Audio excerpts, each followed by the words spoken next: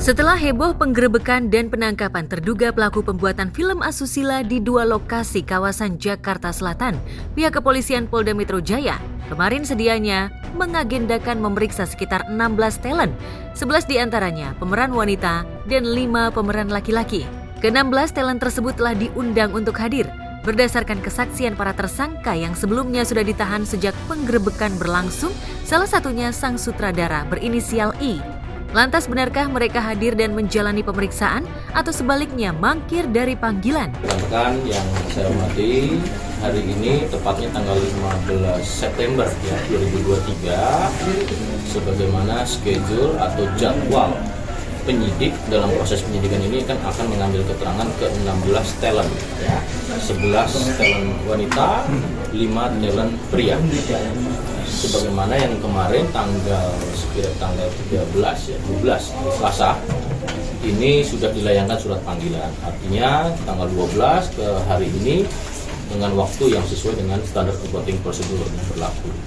Kemudian ada 2 catatan seperti sampai dengan saat ini kita ketahui pukul 2 siang 28 atau pukul 14 lebih 28 menit.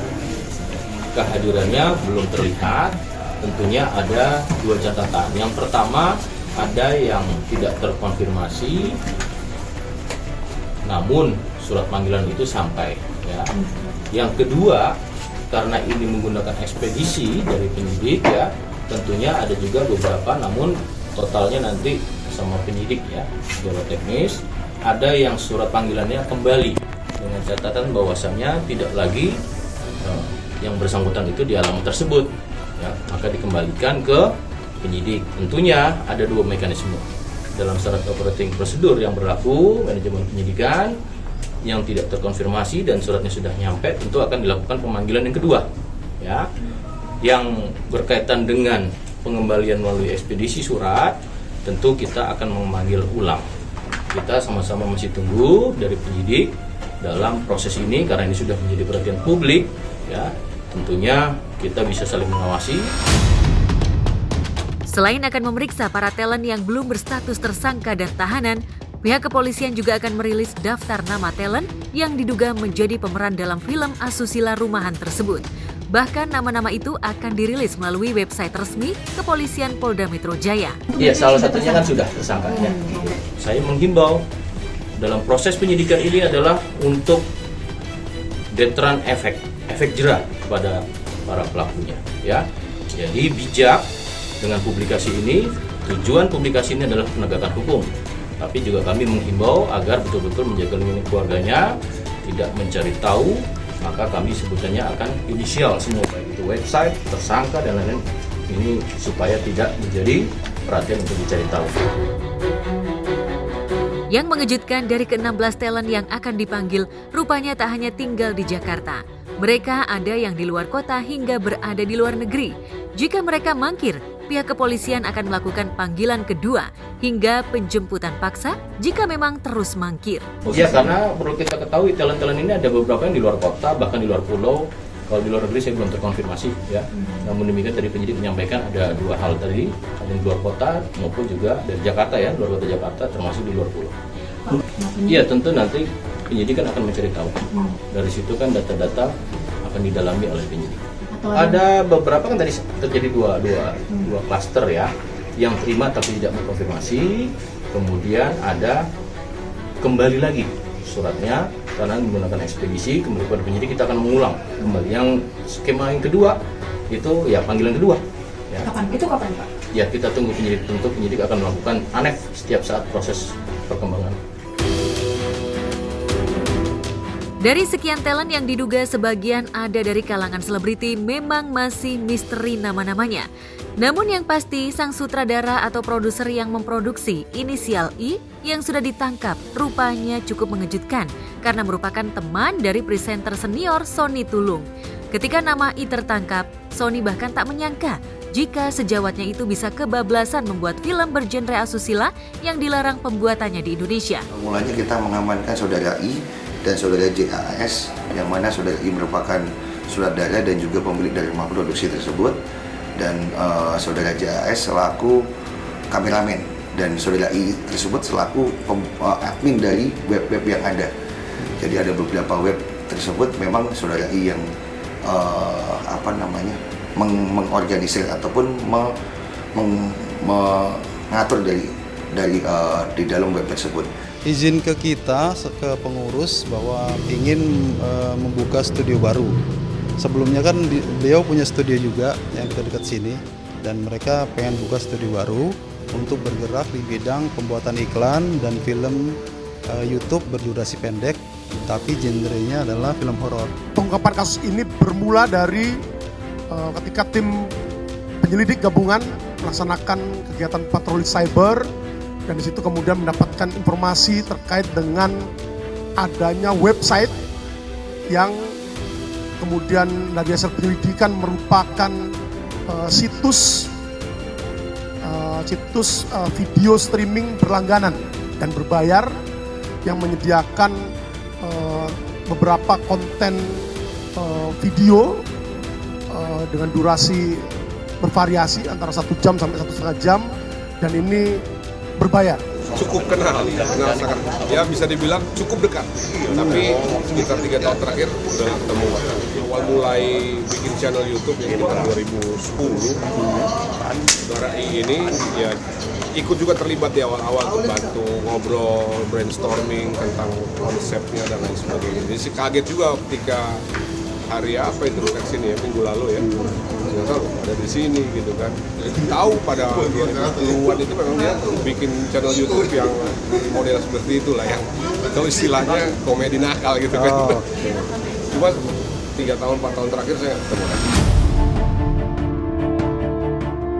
Sony menduga jika sejawatnya itu tengah membutuhkan uang, apalagi dari penghasilan produksi film asusila itu, bisa jadi I mendapatkan bayaran yang besar. Adapun jumlah keuntungan yang telah didapatkan oleh tersangka selama kurang lebih 1 tahun beroperasi, jadi dimulai di awal tahun 2022 itu sudah sekitar 500 juta rupiah, dan telah juga diwujudkan dalam bentuk beberapa aset yang juga kita lakukan penyitaan pada saat upaya paksa penggeledahan maupun penangkapan yang dilakukan tim penyidik gabungan terhadap ke-5 orang tersangka.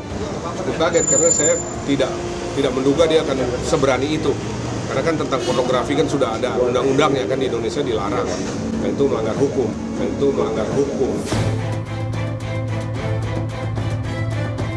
Sony juga tak habis pikir dengan ulah kebablasan sejawatnya itu. Pasalnya ia mengenal pribadi I sebagai pribadi yang baik dan kreatif. Tapi apakah Sony mengetahui jika ada talent yang datang dari kalangan selebriti? Sekarang kan beda nih case-nya. Jadi dia kayak bikin semacam TV channel, platform sendiri, berlangganan gitu kan orang di situ. Saya pikir ini kreatif, tapi sayang salah arah kreatifnya.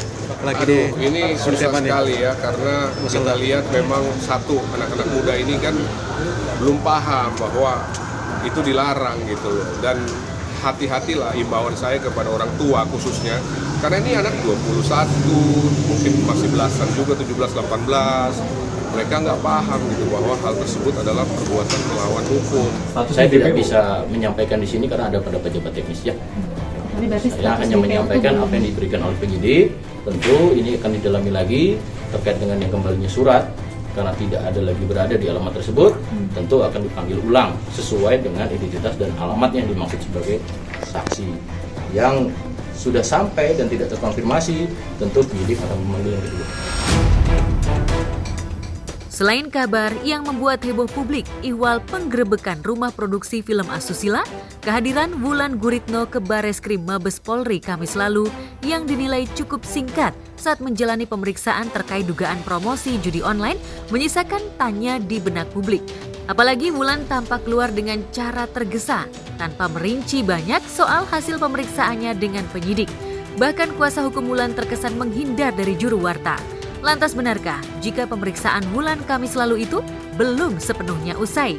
Benarkah ada banyak pertanyaan penyidik yang belum bisa dijawab Wulan, termasuk soal honor yang didapat dari hasil promosi judi online? Dan aku senang banget dikasih ruang untuk klarifikasi, dan pasti aku berterima kasih banget dengan tim penyidik dari Barreskrim Cyber sangat profesional. Dan aku juga terima kasih buat teman-teman media yang setia menunggu aku. Sekarang aku udah harus ke pekerjaan berikutnya. Wulan memang tampak lebih grogi dan tegang dari biasanya. Meski ia sempat mengaku senang karena telah diberi kesempatan klarifikasi. Tapi dari raut wajahnya, sulit disembunyikan jika ada guratan stres yang dirasakan mantan istri Adila Dimitri ini. Lantas benarkah pekan depan atau sekitar Rabu nanti, Wulan akan kembali menjalani pemeriksaan polisi? Mas, kasih jalan mas. Kasih jalan dulu mas. Tolong kasih jalan mas. Mas, kasih jalan mas.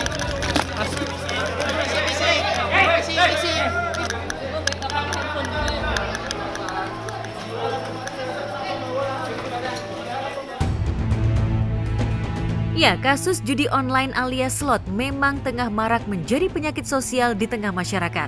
Bahkan maraknya judi online yang begitu mudah menyebar lewat promosi gencar dengan menggunakan influencer dan selebriti itu sudah sampai pada tingkat kecanduan massal.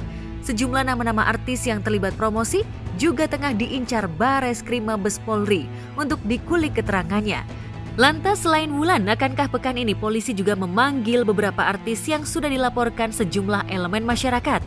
Benarkah dari sekian artis yang terlibat, pihak kepolisian akan menjerat secara pidana atau sebatas hanya memperingati saja? Bukankah selebgram dan influencer lokal justru langsung ditahan tanpa ada prosedur pemanggilan laiknya pesohor? Yang jelas yang viral-viral itu kemarin, itu sudah masuk dalam pantauan kita. Makanya kita himbau jangan sampai ada lagi, cukup saja yang kemarin, ya yang kemarin pun akan kita lakukan pemeriksaan. Masyarakat yang melakukan sebagai pemasang perjudian ini bisa menjadi kecanduan. Nah, kalau sudah kecanduan tentunya ini juga akan berdampak kepada stres ketika keuangannya sudah tidak ada. Pendapat-pendapat dari kawan-kawan netizen mengatakan kenapa selebgram biasa itu diproses, kenapa yang artis besar tidak diproses. Maka kami memiliki rasa tanggung jawab moral untuk mengupdate itu. Nah lagi-lagi ya tergantung kawan-kawan penyidik. Sekarang bola panasnya ada di kawan-kawan penyidik. Jadi kalau bola panasnya mereka nggak tanggapi, maka saya rasa fair ya kalau masyarakat pesimis dengan penegakan hukum. Maka dari itu ya mereka harus adil untuk melakukan penegakan hukum pada siapapun gitu ya. Video kemarin kan ada 26 orang, ada artis dangdut, pop dan segala macam. Nah memang ada beberapa selebgram yang sudah kita sampaikan. Artinya selebgram yang followersnya 1 juta ke atas ya. Sudah kita sampaikan untuk sebagai tambahan alat bukti.